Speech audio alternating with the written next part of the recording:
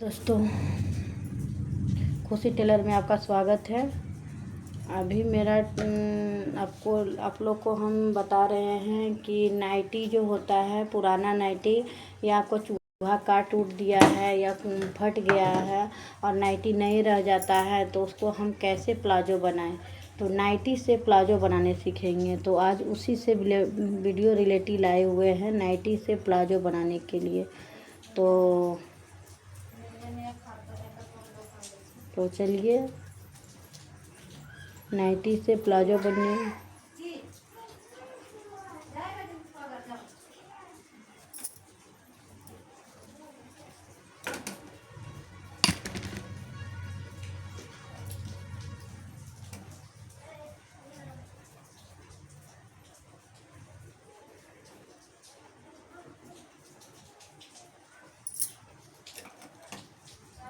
तो सबसे पहले हम क्या करेंगे कि म्यानी लगाएंगे। तो म्यानी कहाँ लगाएंगे?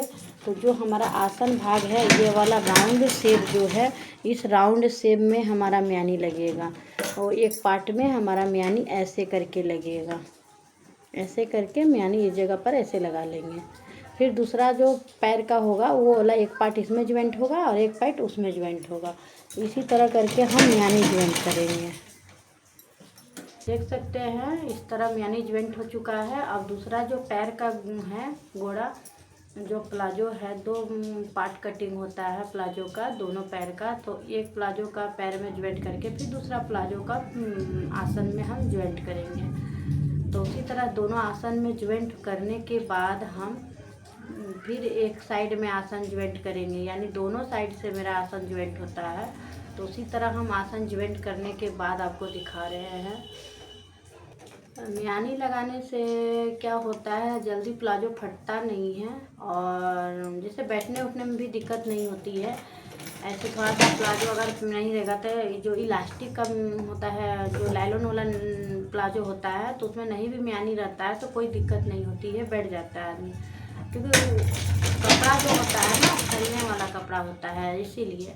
और ये जो प्योर कॉटन होता है, तो इसमें आपको म्यानी देना ही होगा, और नहीं तो फिर बैठने उठने में दिक्कत होगा या फटने का डर रहेगा। और ऐसे तो हम दो नाइटी का बनाए हुए हैं, तो एक 10 साल से चल रहा है और 10 साल हो चुका है, बाकी अभी तक उसमें कुछ हुआ नहीं। हाँ, रेगुलर नहीं पहनते हैं, कभी काल पहनते हैं, बाकी 10 साल हो गया है। फिर भी महीना में 2 बार 3 बार यूज, 4 बार यूज कर लेते हैं।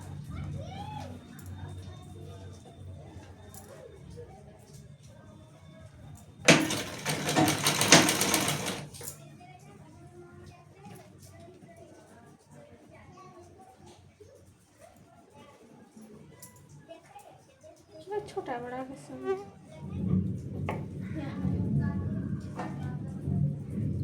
नहीं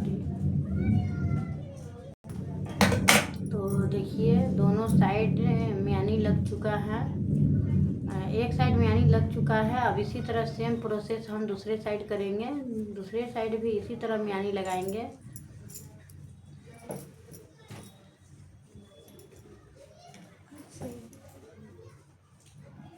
अब उस साइड भी हम इस तरह म्यानी लगा लेंगे और उसके बाद हम नीचे मोहरी को मोड़ते हुए हम आसन को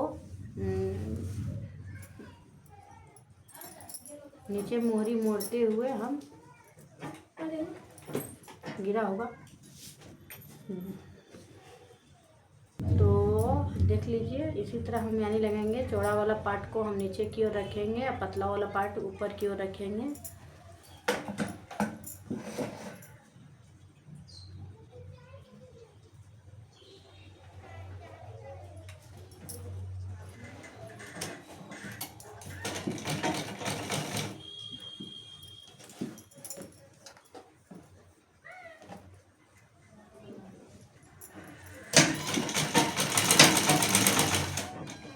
तो देख लीजिए, इसी तरह हम फिर जो एक पैर का होगा उसमें हम आसन में ज्वाइंट करेंगे। तो ऊपर से हम ऊपर से जोड़ते जाएंगे, इसमें एक डिवाइड हो गया है। इधर से जोड़ते हुआ नीचे से। हाँ,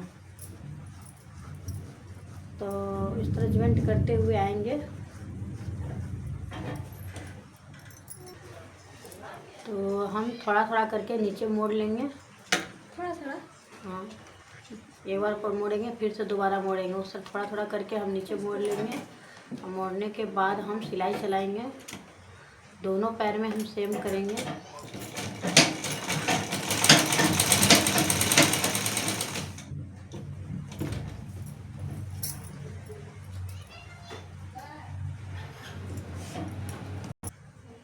तो आप देख सकते हैं सिलाई हो चुका है। और इसी तरह हम सेम दूसरा पैर में भी करेंगे। तो दूसरा पैर में भी हम इसी तरह मोड़ेंगे। पहले एक बार मोड़ेंगे इस तरह करके, उसके बाद हम दोबारा मोड़ेंगे, इस तरह मोड़ेंगे।